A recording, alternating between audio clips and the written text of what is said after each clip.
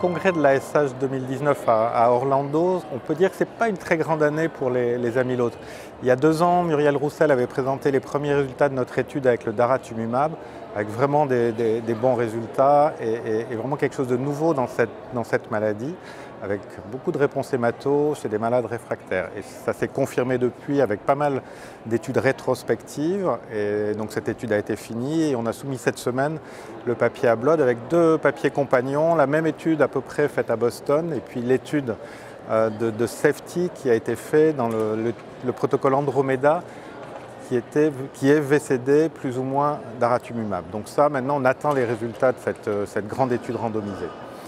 Et on attend aussi maintenant, et c'est peut-être ce qui était le plus intéressant dans cette ASH, c'était discuter des futurs protocoles avec pas mal de nouveaux médicaments candidats, en particulier le venetoclax qui sera sûrement une molécule intéressante dans les amyloses, avec d'autres anti-CD38, avec des combinaisons anti-CD38 IMiD. Donc tout ça, ça va se développer dans les années qui viennent. Et là, il y avait une seule communication orale qui était l'essai randomisé qui comparait ixazomib dexaméthasone à un traitement au choix de l'investigateur. Alors c'est une étude un peu compliquée du fait qu'il y avait 5 traitements possibles. Dexa seul, personne n'a reçu Dexa seul. Revimid Dexa, c'était 47 malades. Melphalan Dexa, 24 malades. Thalidomide Dexa, 2 malades. Et cyclophosphamide Dexa, 10 malades. Donc sur 168 malades randomisés, à peu près moitié-moitié entre ces 2 bras. Donc c'était des patients 65 ans en moyenne qui avaient reçu 1 ou 2 lignes de traitement. La moitié avait déjà reçu du bortezomib, donc avait déjà été exposé aux inhibiteurs du protéasome, mais ils ne devaient pas être réfractaires aux inhibiteurs du protéasome. Et il y avait à peu près 15 mois depuis le diagnostic en médiane. Alors cette étude a eu beaucoup de mal du fait de ce design compliqué. C'était dur de trouver des malades pour qui c'était intéressant de rentrer dans l'étude. Et donc ils ont mis plus de 5 ans à inclure ces 168 patients. Et l'étude est dans un sens négatif, parce que leur endpoint principal, c'était d'améliorer la réponse. Et la réponse, c'est le taux de réponse hématologique, hein, donc de baisse des chaînes légères d'au moins 50%. C'est 53% pour le bras XA et 51% pour l'autre bras. Donc c'est une étude négative, mais il y a quand même des choses intéressantes. Il y a plus de réponses complètes dans le bras ixazomib, je crois que c'était 28 versus 16, je suis très sûr des chiffres, mais à peu près. Et surtout, il y avait beaucoup plus de réponses d'organes, c'était 36% versus 11, cardiaque 18 versus 5, et surtout rénal 28 versus 7, je crois.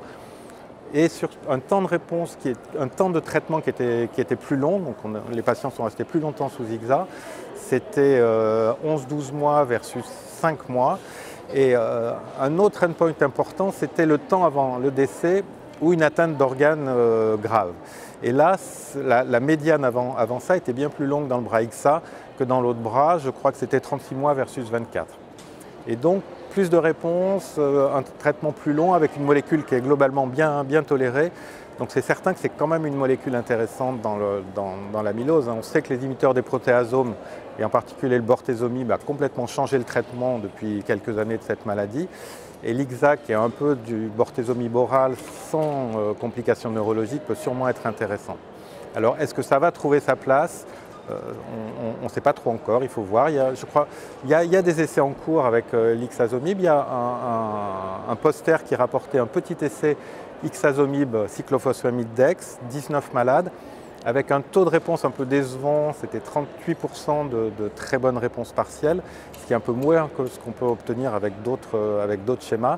Mais c'était une étude d'escalade de dose et probablement ça sera meilleur si on fait pleine dose. D'autres choses intéressantes, c'était un poster de la Mayo Clinic qui regardait qu'est-ce qui est le meilleur traitement en rechute après autogreffe. Et là, assez logiquement, ils trouvaient qu'un inhibiteur du protéasome, un IMiD de 2e génération ou du daratumumab, c'était mieux que du thalidomide ou l'association melphalan-dexa. Et c'est vrai que l'association melphalan-dexa après du melphalan à forte dose, ce n'est pas une très bonne idée. Et puis une étude qui nous a intéressés, nous, c'est une étude de qu'est-ce qui se passe quand on arrête le daratumumab. Parce que dans notre essai, on l'a arrêté à 6 mois et on ne l'a pas continué comme dans l'étude parallèle américaine faite à Boston. Et on trouve que les malades qui sont en très bonne réponse ont des durées de réponse longue après. Ils rechutent peu à condition qu'ils soient en bonne réponse quand on arrête. Et donc ça, c'est une étude intéressante, c'est une étude rétrospective, 67 malades, ils ont pris les 15 qui avaient arrêté pas pour autre chose que de la progression après une médiane de 7,8 mois de traitement. Et ils ont 17 mois de suivi et il y a peu de rechutes. Ils montrent que 83% des patients sont encore en rémission à 2 ans, estimés. Il y a 3 patients qui rechutent, ils le retraitent avec du DARA et ça marche. Et ils disent qu'il n'y a pas de différence par rapport à leurs patients qui ont continué le daratumumab au long cours. Donc ça pourrait vouloir dire que chez les malades en très bonne réponse, on peut arrêter cette drogue.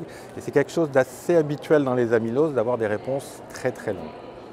Donc voilà les choses qui m'ont intéressé pour cet AHH 2019.